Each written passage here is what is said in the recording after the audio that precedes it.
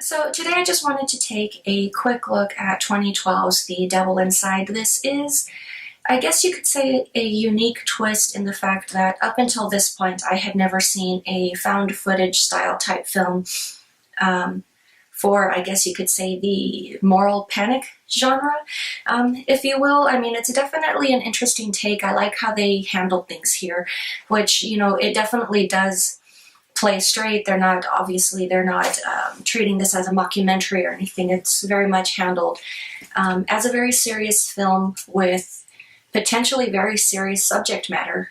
Obviously, the ideology of whether or not a person can become possessed, whether or not exorcisms are real, that is still very much up for debate. I'm not entering into that debate, but the fact that it was, for the sake of the film here, it was treated as a very real thing. And I really enjoyed and appreciated that about the film, because you have the story of a young woman, Isabella, who, now that she has become an adult, has come to realize that her mother is in an asylum because she murdered 3 persons during an exorcism being performed on her. So it's not necessarily an issue of, as she had always assumed, that the family dealt with numerous mental issues, which once again also comes into play because when a person is suspected of being possessed, obviously numerous psychological evaluations are first considered, because they are trying to determine whether or not the person actually has an issue or if there is something greater at play here. So obviously, there is reference to the mother having been given numerous diagnoses over the years, and just the fact that nobody could ever really get things right. And then eventually, obviously, the event that we are discussing comes into play. So now that she is an adult, I believe she is 25 as this movie is taking place. Even though the film was released in 2012, the events depicted are occurring in 2009.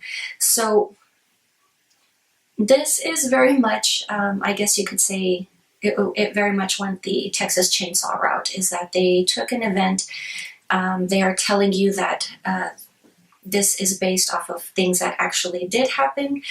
To my knowledge, there is only one person mentioned in the film who actually did have an exorcism at one point in time. Obviously, it was not the Rossi family. This would have been Annalise Michael, who later had a film loosely based off of her incidents, which was the exorcism of Emily Rose, which we will eventually discuss at some point in time.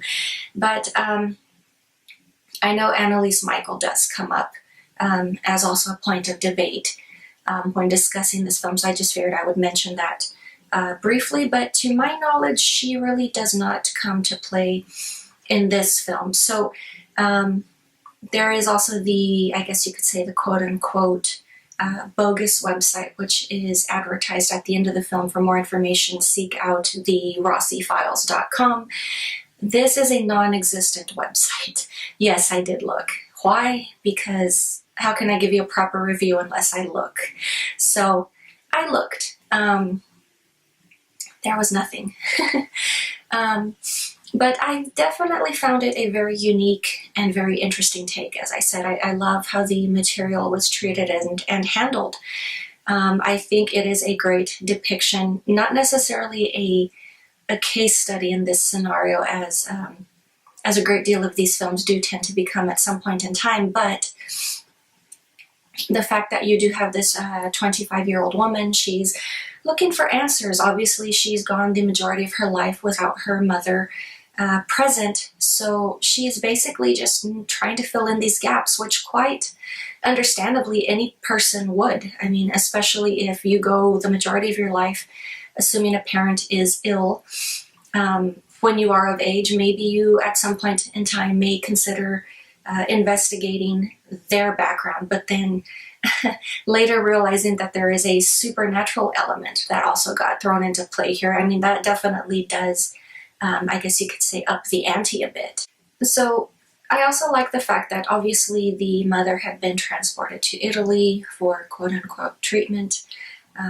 Obviously, she is basically just kept heavily medicated, but other than that, really nothing is being done for her. Isabella visits a school of exorcism while in Italy, and it's basically just a mixture of persons of a religious order mixed in with just everyday Joes, and they're basically just trying to teach persons about, I guess you could say, the process that goes on behind the scenes. Once again, the whole psychological evaluations that must go into play, how a person is evaluated in order to determine whether or not they actually are possessed or suffer a mental illness. Obviously, speaking tongues, increased strength depending on the illness, and medication a person can be on can be factors, so it can be misleading when trying to determine whether the person actually is suffering from a demonic possession. So eventually, at some point in time, the two priests that Isabella has met up with go with her to visit her mother. Obviously, a daughter being a daughter wants the best for their parent.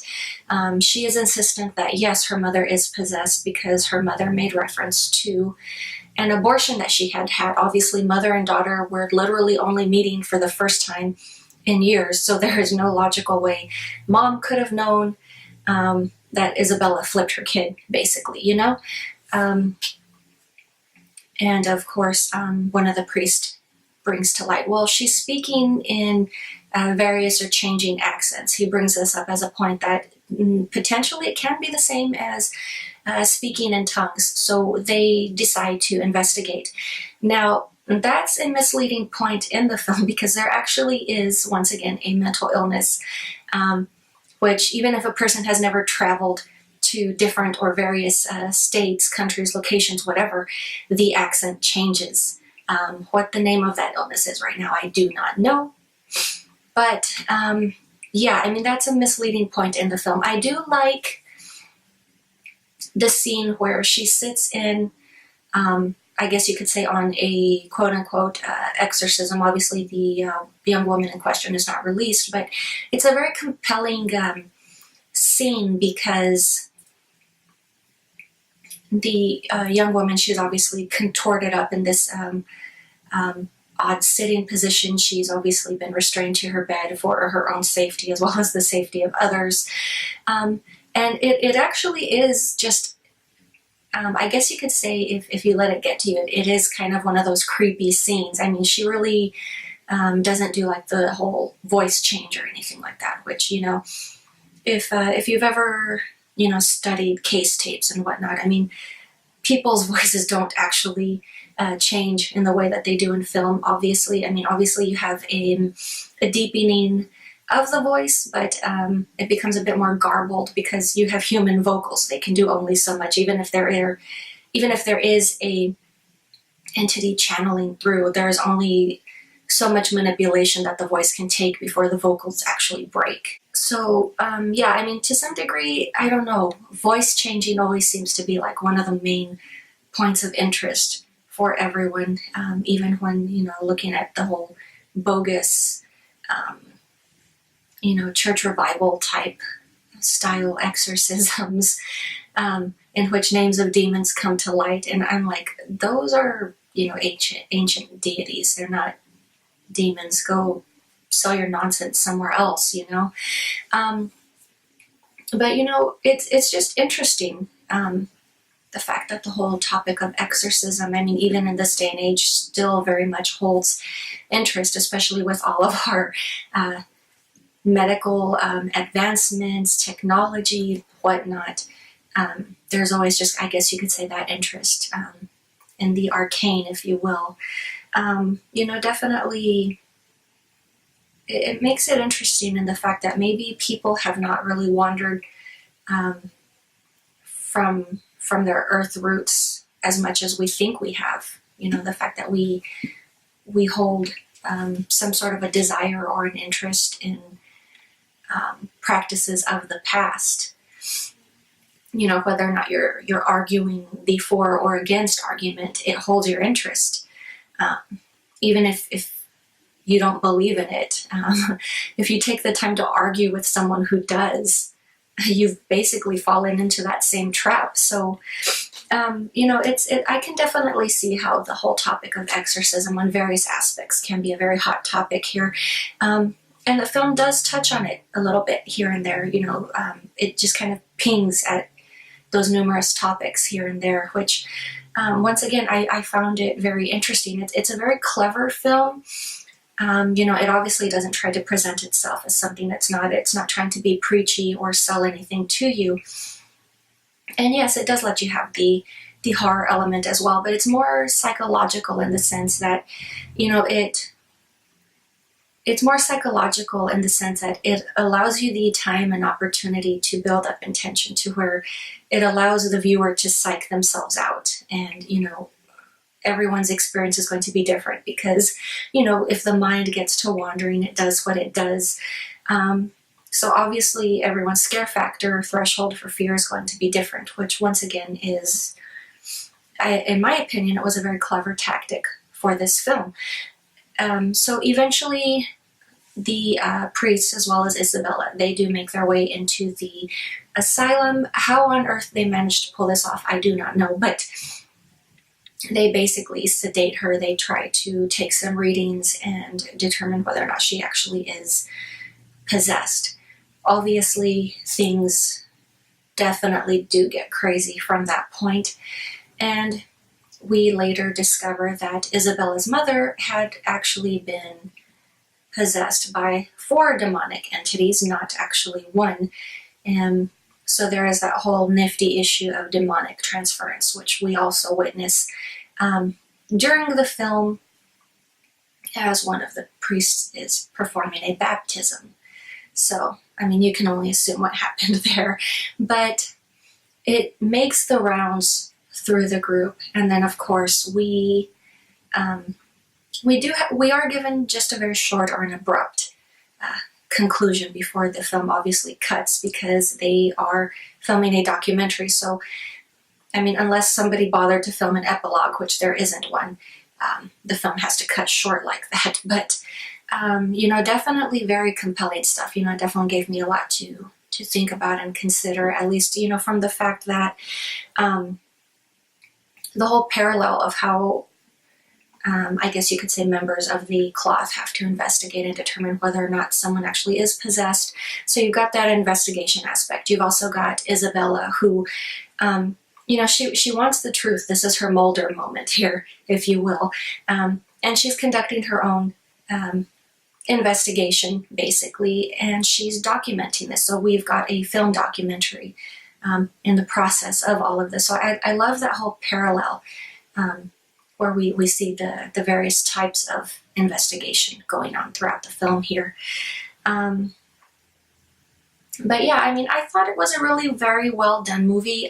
It was honestly years before the found footage genre, before I actually took a liking to it. But we're talking, late 90s found footage versus the way it's treated now. People incorporate a lot more subjunctive view via numerous devices and whatnot.